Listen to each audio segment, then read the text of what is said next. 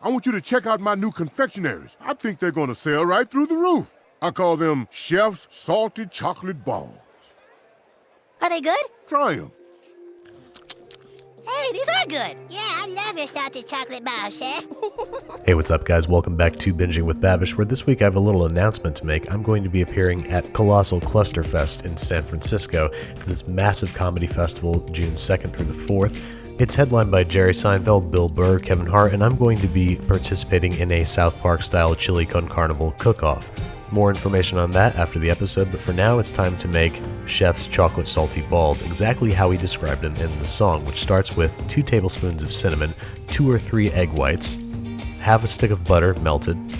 Oops, I forgot he specifies to stir it with a wooden spoon, add a cup of flour, you'll be in heaven soon, I think is how it goes, a quarter cup of unsweetened cocoa powder, half a cup of brandy, and then he says 2 or 3 bags of sugar, which sounds crazy, so I'm just going to add a ton of sugar. I know this is going to end in a disaster, but we got to be accurate. Mix that up with your wooden spoon as specified before adding a pinch of vanilla, or I guess a half teaspoon of vanilla, and shaping them into chocolate salty balls, which actually ironically don't have any salt in the recipe, but we're going to bake them at 350 degrees for about 20 minutes or until, oh, these aren't quite balls, are they? That's fine. Let's see if they taste any good. They end up tasting a little bit like old school Italian grandma cookies, but not in a good way, all the booze and cinnamon. So let's see if we can try to make this a little more palatable. We're going to add another cup of flour, a teaspoon each baking powder and baking soda, mix that all together, and now you'll find we have a dough that we can more properly shape into balls before baking again at 350 degrees Fahrenheit for 15 to 20 minutes or until they come out a little bit closer to balls. It's a little bit better.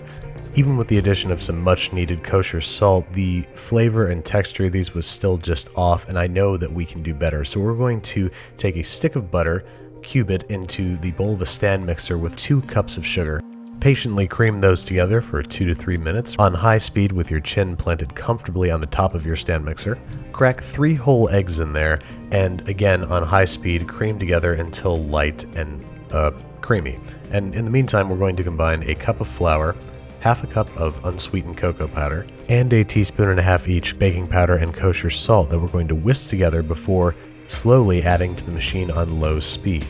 As that comes together, we're going to add a half teaspoon of vanilla extract, a half cup of buttermilk, and a quarter cup of vegetable oil. Stream that slowly down the side before turning the mixer again onto high speed for 2 to 3 minutes or until the batter is light and fluffy. Oil the inside of a cake pan, fill it with our cake batter, smooth out the top and bake at 350 degrees Fahrenheit for 35 to 40 minutes or until it is set and no longer jiggling.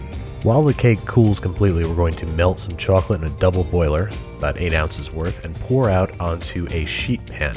We're going to spread it out into a very thin layer, pound it down a couple times to make it nice and smooth, and freeze it for 10 minutes or until it's lost its sheen. Then, being very careful not to scrape the metal, we're going to use a lemon zester to make some short and curly chocolate curls, some shortened curlies, that we're going to toss with some cocoa powder before placing in the freezer until we're ready to use it. In the meantime, we're going to scrape our cooled cake into a mixing bowl, add a half cup of whole milk, and add more milk as necessary until you reach a doughy consistency that we then are going to shape into chocolate balls and place on a parchment-lined baking sheet before coating in molten chocolate and rolling in our shortened curlies. Now, these are chocolate salty balls that I think Chef himself would recognize. And man, Chef's balls are tasty, but do they hold a candle to Cartman's chili? Do you like it? Do you like it, Scott? I call it Mr. and Mrs. Tenorman chili.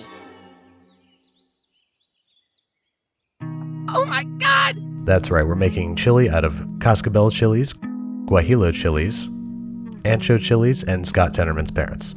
We're going to start this chili much like Kevin's famous chili from The Office by removing the seeds, removing the stems, and cutting them all into 1-inch pieces that we can then place into a dry fry pan and toast over medium heat until barely smoking and fragrant.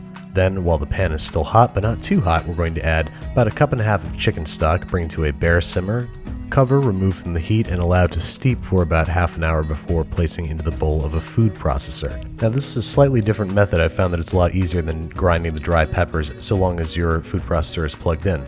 We're going to pulse that a few times before adding half a cup of corn flour for thickening, maybe a tablespoon of dried oregano, 2 tablespoons of unsweetened cocoa powder, and a tablespoon of freshly ground cumin. Go ahead and process that for about 2 minutes or until completely smooth and set aside while we combine 1 finely minced habanero, 2 finely minced jalapenos, a chopped onion, and 1 crushed clove of garlic.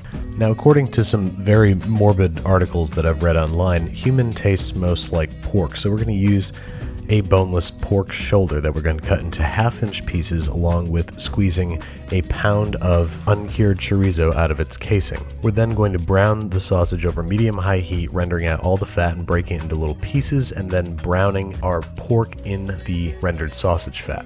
Make sure those pieces are good and brown, that you build up a nice fond on the bottom of the pot, which we're then going to dump our vegetables into, sweat them for a few minutes before deglazing with a whole Mexican beer. Scrape up all that good stuff off the bottom of the pot, add our spice paste, and another 1.5 cups of chicken stock.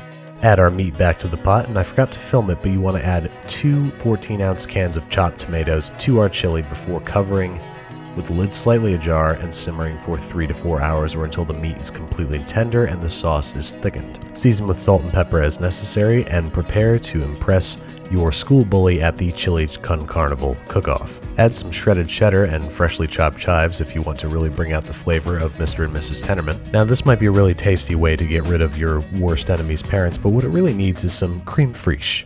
Sit down, I've made you all breakfast again. Aw, crap. Now, what I have for you is a nice goat cheese and heirloom tomato frittata, and we're gonna top that with a little creme fraiche. Randy's frittata sounds like the perfect breakfast to have after a long night of making cake balls and chili, so I'm going to start with half a dozen shallots shaved thinly on a mandolin. Now, unless you're a trained professional like myself, make sure you use a hand guard. Ow! Okay, now that we've dug our hand guard out of the back of our closet, we're ready to shave our shallots. We're going to cut these into 1/8-inch slices that we're then going to separate into little rings and prepare for a low temperature fry. Shallots have a lot of moisture in them. We don't want to drop them into high heat. They will explode. Start them at 250 degrees and raise them to 350 and remove them once blonde. Not dark brown, but blonde. They will continue to darken outside of the oil.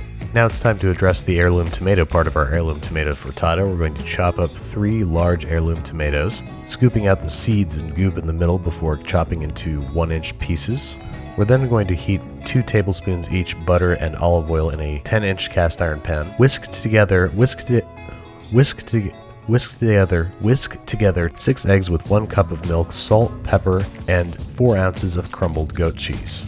Stir just to combine, work on your enunciation, and place the butter and olive oil over medium-high heat until foaming subsides and add 1 small chopped shallot. Saute over medium heat until softened and add 1 crushed clove of garlic and saute for an additional 30 seconds or until fragrant.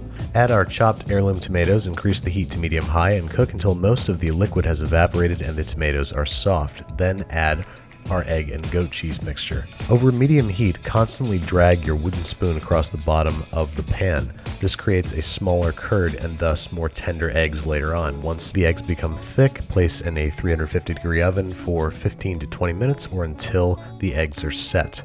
Hack yourself off a slice, plate it up with some fried shallots, some freshly chopped chives, and let's dig in.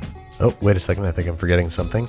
Last night I remember combining 1 pint of heavy cream with a couple tablespoons of buttermilk, stirring well to combine, covering, and letting sit out at room temperature overnight, thus creating creme fraiche, which I'm going to place a nice dollop on top of our, on top of our frittata. Now, it's rare that I clean my plate on this show, but it's even rarer that something is so good that I go back for seconds. Randy Marsh, you win the South Park special.